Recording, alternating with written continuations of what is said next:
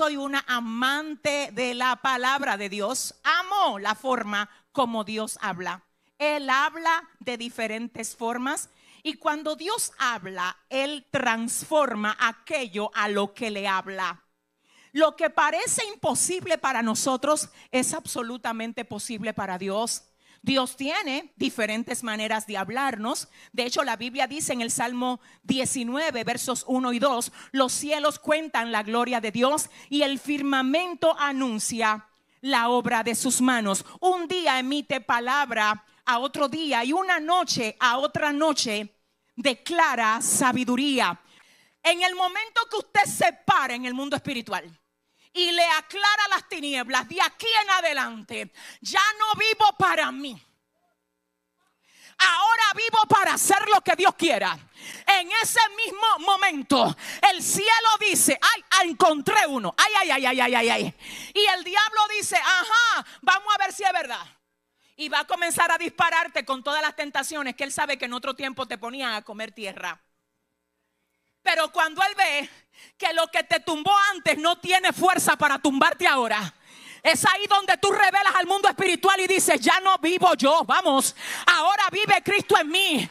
Para mí el vivir es Cristo, el morir es, si ese es dígale al que le quede cerca: ya no vivo yo, dile, ahora vive, ¿quién vive? Ahora vive Cristo en mí. Lucas 8, los versos 5 al 8 dicen que el sembrador salió a sembrar y que parte de la semilla cayó en el camino, que parte cayó en pedregales, que la otra parte cayó entre espinos y que la otra parte cayó en tierra fértil. La semilla en esta palabra representa la palabra de Dios. La tierra donde cae representa el corazón que la recibe. Porque hay gente que recibe la palabra de Dios como el terreno del camino, que es endurecido. Otros la reciben como el terreno que está lleno de piedras, que es el que está lleno de afanes. Otros la reciben como los espinos, los que lo reciben hoy pero no permanecen. Y otros la reciben como tierra fértil. Hoy yo profetizo que lo que Dios te vino a hablar, tú lo recibes como la tierra fértil que tú eres para la gloria del Señor. Escuche esto, dice la palabra en Génesis 2:7. Entonces Jehová Dios formó al hombre del polvo de la tierra. Y sopló en su nariz aliento de vida y fue el hombre un ser viviente. Entonces Jehová Dios tomó el polvo de la tierra, hizo un hombre de ese polvo y sopló en la nariz.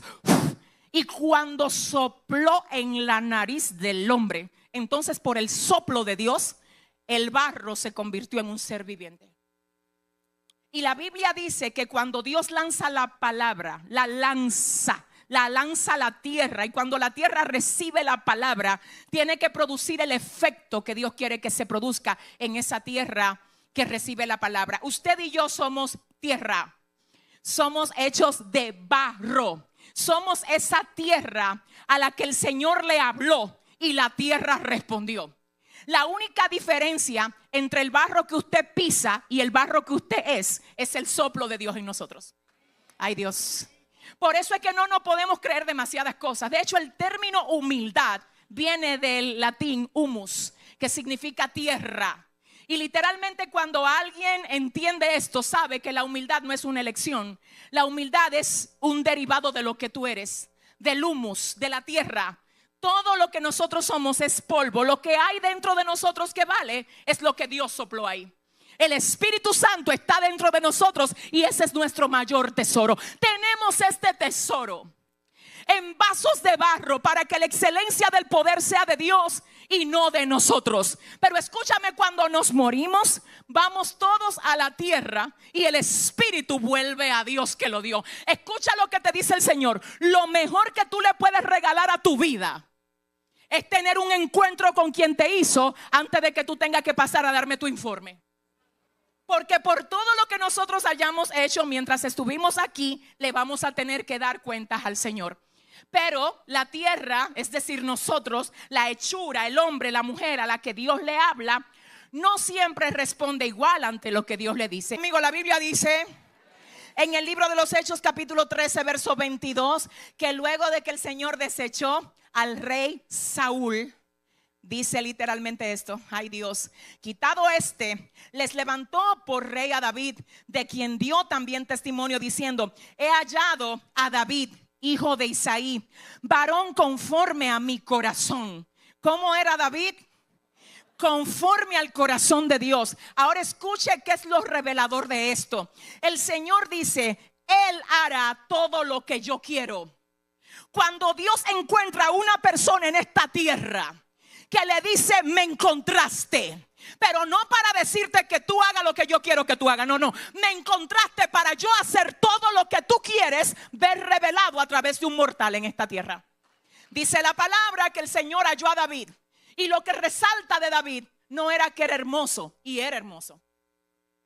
Ay, pastora, la Biblia dice que David era hermoso, y quien lo dijo no fue Dios exactamente, fue el criado de Saúl cuando lo recomendó. Cuando se trata de Dios hablando de David, Dios lo que dice de David, lo que resalta el hacedor de David es: yo sé que él es hermoso, yo sé que tiene habilidad para tocar, yo sé que él es diestro, yo sé que es valiente, pero entre todas sus cualidades hay una que mueve mi corazón. Y es Dios el que dice lo que mueve su corazón de todas las cualidades que tiene David. Es lindo, sí. Es joven, sí. Es hermoso, sí. Es hábil, sí. Es valiente, sí. Pero Dios dice: lo que más me mueve de lo que tiene es que tiene un corazón dispuesto para hacer lo que yo le diga, sin ponerme peros, sin ponerme excusas. Él me ama tanto que va a dejar a un lado sus gustos para complacer los míos. Allá David, mi siervo, y él hará todo lo que yo quiero. Isaías 44:28 dice: que dice de Ciro, eso es Dios, que Dios dice de Ciro. Dios dice de Ciro: Él es mi pastor y cumplirá lo que yo quiero. Al decir a Jerusalén: serás edificada, y al templo serás fundado. Lo primero es que quien habla de Ciro es el profeta Isaías. Isaías profetiza de un pastor que Dios va a levantar llamado Ciro. Pero que ¿dónde está Ciro? El problema es que Ciro no ha nacido, y ya Dios le está llamando a uno que no ha nacido, que es su pastor. Ay. ¿Cuánto tiempo faltaba para que Ciro naciera? 150 años. Y Dios, 150 años antes de que naciera su pastor, escribió de su pastor y dijo: yo levanto a mi ungido, a Ciro, y él va a hacer lo que yo quiera. Me llama la atención que tanto Ciro como David tienen la misma esencia. ¿Y cuál es la esencia? Que hacen lo que Dios quiera. ¿Tú quieres que el infierno te comience a respetar? Dios mío. ¿Tú quieres que los demonios salgan corriendo de tu casa? Comienza a caminar en obediencia. No hacer lo que tú quieres, sino lo que Dios quiere que tú hagas. Ciro va a hacer lo que yo quiera. Ahora usted dirá: ¿y cómo así, pastora? 150 años antes, sí, porque ese es el estilo de Dios. Pero ¿cómo así? Jeremías 1:5. Antes de que te formase en el vientre, ayúdame, te conocí, te santifiqué, te di por profeta a las naciones. Es decir, que antes de que tu mamá quedara embarazada de ti, ya Dios tenía un propósito contigo, tenía una agenda para ti. Por eso fue que no te dejó en la barra, no te dejó drogándote, no te dejó alcoholizándote. Alguien tiene que ayudarme a adorar. No te dejó donde tú estabas, porque ya se había escrito algo de ti. Dígale al que le quede cerca: hay un guión de mí. Dile: hay un guión, Dios escribió algo de mí. Ahora bien, escúcheme. Dios le había advertido a su pueblo, diga conmigo, a su pueblo, que por causa de su desobediencia, Él iba a permitir que ellos fueran llevados cautivos. Sí. Y eso quien primero lo profetizó fue Isaías. Entonces, antes de que Isaías viviera eso, lo viera. De hecho, Isaías nunca llegó a estar en el cautiverio, solo escribió de él. Escribió del cautiverio, lo vio, lo registró, Dios se lo reveló 100 años antes. Y escucha lo que dice la Biblia, que tal como Dios lo había revelado por medio del profeta Isaías, más adelante, cuando quien está es Jeremías, el Señor también anuncia cautiverio. Y dice la Biblia que Jeremías no solo lo anunció, sino que lo presenció. que Ezequiel fue llevado con los cautivos. Vamos, Isaías lo anunció 100 años antes, Jeremías lo anunció y lo vivió, y Ezequiel participó del cautiverio para poder profetizarle mientras estaban cautivos. El pueblo había sido llevado cautivo durante 70 años. Dios había levantado a su ungido Ciro para que los dejara libre. Las puertas del cautiverio se abrieron. El Señor dijo que se vaya todo el que quiere ser libre. Ay, Dios. Pero hay algo que me llama la atención, y es que a pesar de que las puertas se abrieron, hubo gente que no quiso ser libre. Ay. Hubo gente que con todo y las puertas estar abiertas, ellos prefirieron quedarse cautivos. Hoy dice el Señor: yo soy tu puerta y te estoy llamando para que entres por mí. Vamos, yo soy la puerta de las ovejas. Yo soy la puerta. Pero hay gente que a pesar de que la puerta se le abre, de que Dios los toca, de que Dios le dice: yo te puedo hacer libre del lesbianismo, yo te puedo hacer libre de las drogas, yo te puedo hacer libre de la homosexualidad, yo te puedo hacer libre de la vanidad, te puedo hacer libre de la mentira, te puedo hacer libre de la ira. Ellos, con todo y saber que Dios lo puede hacer libre, ellos prefieren quedarse cautivos. Yo vengo en el nombre de Jesús a quebrantar por la sangre y los méritos de Cristo todo lo que te intenta mantener atado. Diga conmigo: año de libertad se aproxima. Dígale: año de libertad se aproxima. Cuando Ciro abre la puerta para que el pueblo salga del cautiverio, entonces se quedan los que no quisieron salir. Porque cuando Dios te dice: ¿quieres ser libre?, Él nunca te obliga. Él toca, y si tú le abres, Él entra, pero Él no rompe puertas. Y a Él le gusta que tú quieras que Él esté contigo, porque Él no forza. Él no te forza. Él no viene a forzar. Él viene a ser amado y amar. Ay, si ese es el aplauso. Si ese es el aplauso. Alguien dice: gloria a Dios. Dios te llama a ser libre, pero solo entran en libertad los que prefieren no ser esclavos del pecado y hacer la voluntad de Dios.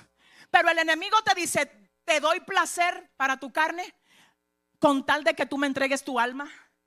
No pienses que cuando el enemigo te da placer es de balde. Él te pasa factura, y la factura es tu alma. La factura es ponerte cadenas encima. Pero aquí hoy profetizamos que toda cadena del diablo cae por tierra en el nombre de Jesús en estos próximos 5 minutos. ¿Dónde está la gente que vino para ser libre? Aquí no vinimos a jugar a religión. No. Este es un encuentro con el Señor, capaz de hacer libre al cautivo. Y así te dice el Señor: entra por la puerta de libertad que te abrí. Te abrí una puerta. Te abrí una puerta, y más que moverte a un año nuevo, tú deberías de querer moverte por el camino que te estoy abriendo. Porque ¿qué hace una persona con una agenda nueva y una mente vieja? Que vuelve a cometer los mismos errores con el nuevo año que le dieron. Porque una nueva ropa no es un nuevo cuerpo. Una nueva casa no es un nuevo hogar. Un nuevo carro no hace que el chofer sea nuevo. Y un nuevo calendario no es un cambio de vida, a menos que tu vida no cambie. Dios restaura por etapas, porque el corazón, antes de recibir cosas, necesita transformación. Si la razón por la que usted se está acercando a Dios para que Dios le dé cosas, usted no está entendiendo esto. Porque más importante que lo que Dios da es lo que Dios es. Y lo mejor que Dios te puede dar es su amistad, su conexión contigo. Busquen primeramente el reino de Dios y su justicia, y todas las demás cosas van a venir por añadidura. Dios mío, porque buscaste a Dios primero, prepárate para recibir paz. Porque buscaste a Dios primero, prepárate para ver puertas abiertas. Porque buscaste a Dios primero, prepárate para ver a Dios defendiéndote de toda guerra que se pueda armar en contra de ti. ¿Alguien dice gloria a Dios? Yo solamente quiero saber dónde está la gente lista. Quiero saber dónde está la gente lista. Ahora siéntate, espérate, siéntate un momento. ¿Qué significa sembrar con lágrimas para ti? Quiero que lo oigas, esto es tuyo. Dios me dijo que te diga: sembrar con lágrimas es vivir momentos donde tu fe fue probada, pero tú no dejaste de hacer lo correcto. Seguiste adelante aunque estabas cansado emocionalmente. Oraste sin deseos, pero oraste. Perdonaste sin sentir alivio inmediato, pero perdonaste. Permaneciste cuando hubiera sido más fácil correr, pero permaneciste. Obedeciste a Dios aunque no entendías lo que Él estaba haciendo, pero lo obedeciste. Si hoy estás aquí, quiero que sepas que Dios tiene esto para ti. Si este año 2025 tú eres uno de los que dice: este año me dolió obedecer, este año me arrastré porque a veces no pude correr ni caminar ni siquiera.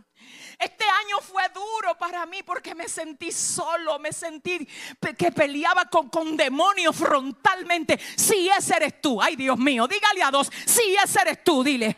Si ese eres tú, dile: prepárate, que llegó el tiempo de tu cosecha. Vamos, dile a dos: llegó el tiempo de tu cosecha. Dile a tres: llegó el tiempo de tu cosecha. Dile a cuatro: llegó el tiempo. La